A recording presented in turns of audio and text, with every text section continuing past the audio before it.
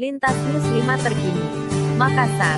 Tanggap cepat PKK Provinsi Sulawesi Selatan memberikan bantuan sembako kepada Wakil Pimpinan Redaksi Lintas News 5 terkini, M. Fajar Saputra untuk disalurkan pada rekan media, wartawan, jurnalis dan LSM yang terkena dampak pandemi virus corona agar dapat meringankan dan membantu kebutuhan sehari-hari selama akan dilakukannya PSBB, pembatasan sosial berskala besar di Kota Makassar.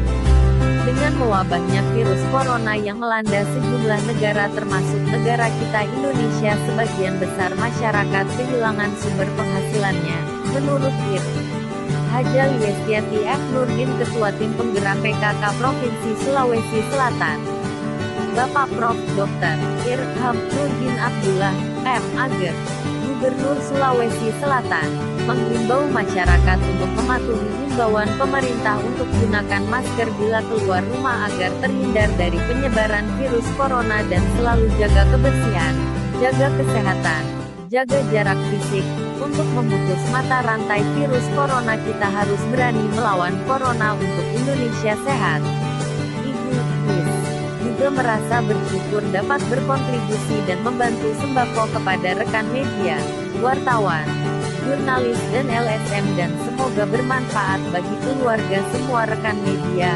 Mari kita menjaga kesehatan dengan rajin cuci tangan dengan sabun antiseptik dan bila perlu berwudu setiap saat, jaga kesehatan, hindari kerumunan, jaga jarak fisik dan jangan keluar rumah bila tidak penting.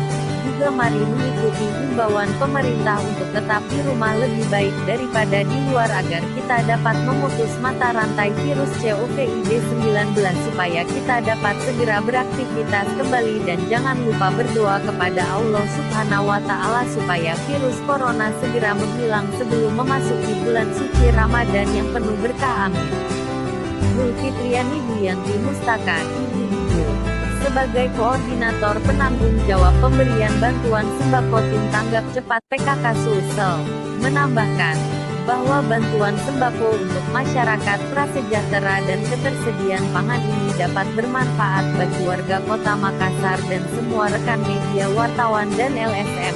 Himbaunya, mari kita bersatu melawan virus corona dengan di rumah aja. Laporan M. Fajar Saputra.